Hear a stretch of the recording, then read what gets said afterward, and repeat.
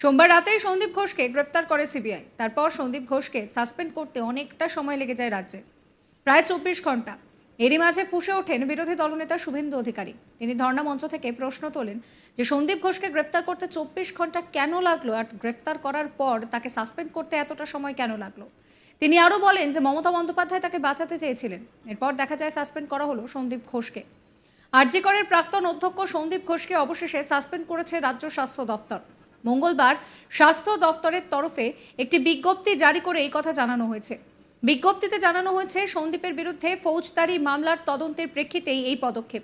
সোমবার রাতে সন্দীপ ঘোষকে গ্রেফতার করে সিবিআই। তার 24 ঘন্টার মধ্যেই সন্দীপ ঘোষকে সাসপেন্ড করা হয়। তবে এতটা সময় কেন লাগলো তা নিয়েও কিন্তু আলোচনা শুরু হয়ে যায়।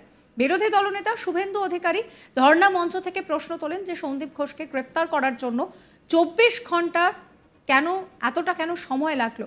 শুভেন্দু অধিকারী কি বলছেন শোনাবো। আপনারা প্রশ্ন করবেন না,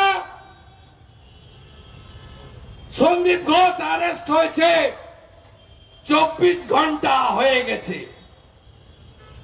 তাকে সরকার চাকরি থেকে সাসপেন্ড করেছে। উত্তর হবে না, করেনি। কারণ মমতা ব্যানার্জি তাকে বাঁচাতে চেয়েছিলেন। এই নিয়ে আমার কলিগের একটি রিপোর্ট দেখাবো।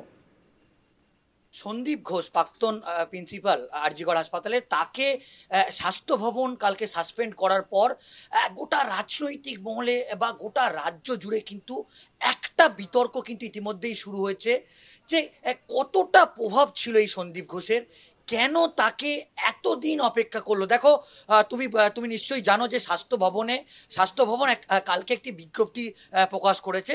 সেখানে রাজ্যের স্বাস্থ্য শিক্ষা অধিকর্তা সেই বিজ্ঞপ্তি প্রকাশ করেছে এবং সেই বিজ্ঞপ্তিটা একেবারে স্পষ্ট করা হয়েছে, যেহেতু তার বিরুদ্ধে একটা অপরাধমূলক কাজের তদন্ত হচ্ছে এই মুহূর্তে, তাই স্বাস্থ্য দপ্তর প্রাক্তন প্রিন্সিপাল আরজি করের সন্দীপ ঘোষকে স্বাস্থ্য দপ্তর থেকে সাসপেন্ড করছে। কিন্তু একটা প্রশ্ন বারবার কিন্তু একটা উঠছে যে এই সন্দীপ ঘোষ, তার মাথায় কার হাত ছিল? তিনি কত বড় হেভিওয়েট, তিনি তো কোনো মন্ত্রী বা এমএলএ এমপি নয়, কিন্তু তিনি কত বড় প্রভাবশালী, সেটা নিয়ে হনা কিন্তু ইতিমধ্যেই একটা প্রশ্ন তৈরি হচ্ছে। সিবিআইয়ের তদন্ত, মানে সিবিআইয়ের গ্রেপ্তার পর্যন্ত কেন স্বাস্থ্য দপ্তর অপেক্ষা করছিল?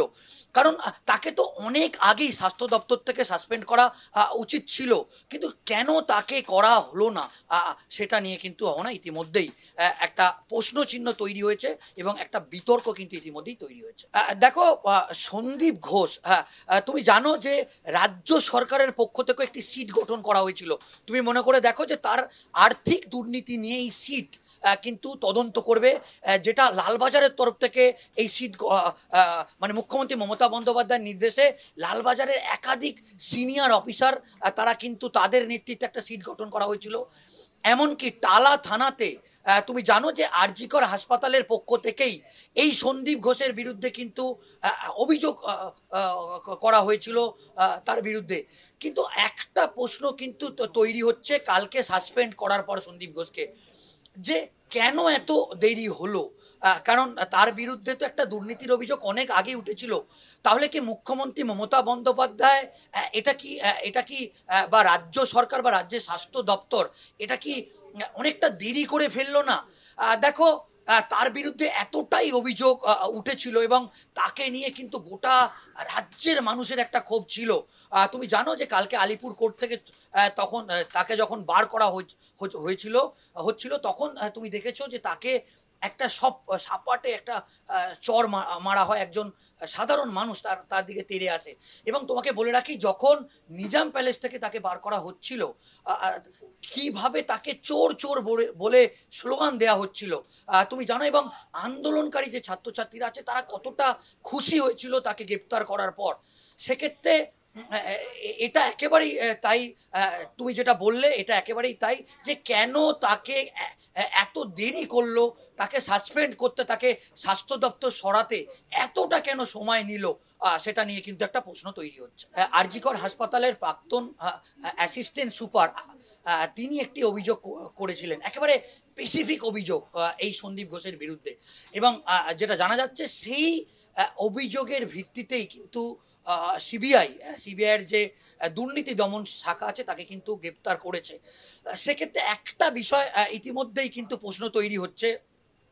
তুমি জানো মেডিকেল যে কাউন্সিল আছে সেই কাউন্সিল থেকে তাকে সরিয়ে দেওয়া হয়েছে, আইএমএ দিল্লি শাখা থেকে তাকে সরিয়ে দেওয়া হয়েছে, রাজ্যের আইএমএ শাখা থেকে সরিয়ে দেওয়া হয়েছে, কিন্তু রাজ্যের স্বাস্থ্য দপ্তর কেন এত সময় নিলেন তাকে সরাতে?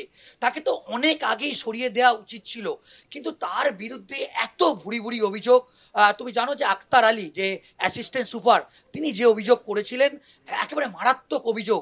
যে এবং সিবিআইয়ের তরফ থেকে আমরা যেটা জানতে পাচ্ছি, তুমি নিশ্চয়ই জানো যে 2021 থেকে 2024 আনক্লেম যে বডি যেগুলো আসতো তার হিসেবের একটা বিরাট দেখা যাচ্ছে গরমিল।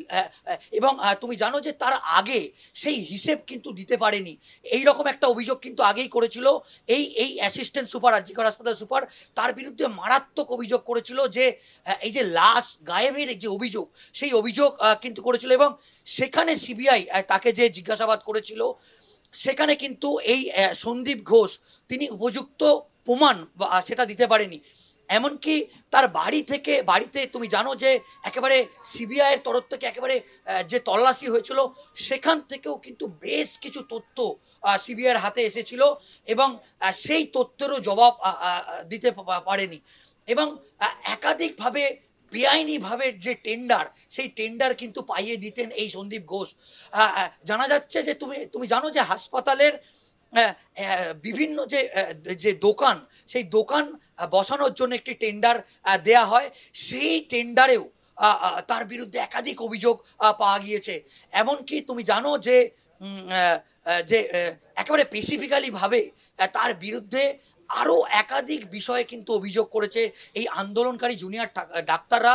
তারা বলেছেন যে তাদের ঘরে রীতিমতো ভয় দেখানো হতো পরীক্ষায় ফেল করানোর, এবং সেখান থেকেও এই জুনিয়র ডাক্তারদের থেকে লক্ষ লক্ষ টাকা পর্যন্ত দাবি করা হতো। সোশ্যাল মিডিয়া ইতিমধ্যেই একটা আলোচনা, একটা ঝড় উঠেছে যে রীতিমতো সিবিআই দপ্তরে চাকরি পেয়েছিলেন এই সন্দীপ ঘোষ, প্রত্যেক দিন সকালবেলা যেতেন এবং রাত্রির বেলা আবার ফিরে আসতেন। সেক্ষেত্রে রাজ্য প্রশাসন এবং কেন্দ্রীয় যে তদন্তকারী এজেন্সি, সেই কেন্দ্রীয় তদন্তকারী এজেন্সিকে তার বিরুদ্ধে একেবারে ক্ষোভ উগড়ে দিয়েছে যে অনেক আগেই এই সন্দীপ ঘোষকে কিন্তু গ্রেপ্তার করা উচিত ছিল। এবং সেই নিয়ে কিন্তু ইতিমধ্যেই বুদ্ধিজীবী মহলেও অনেকটা ঝড় উঠেছে। সন্দীপ ঘোষ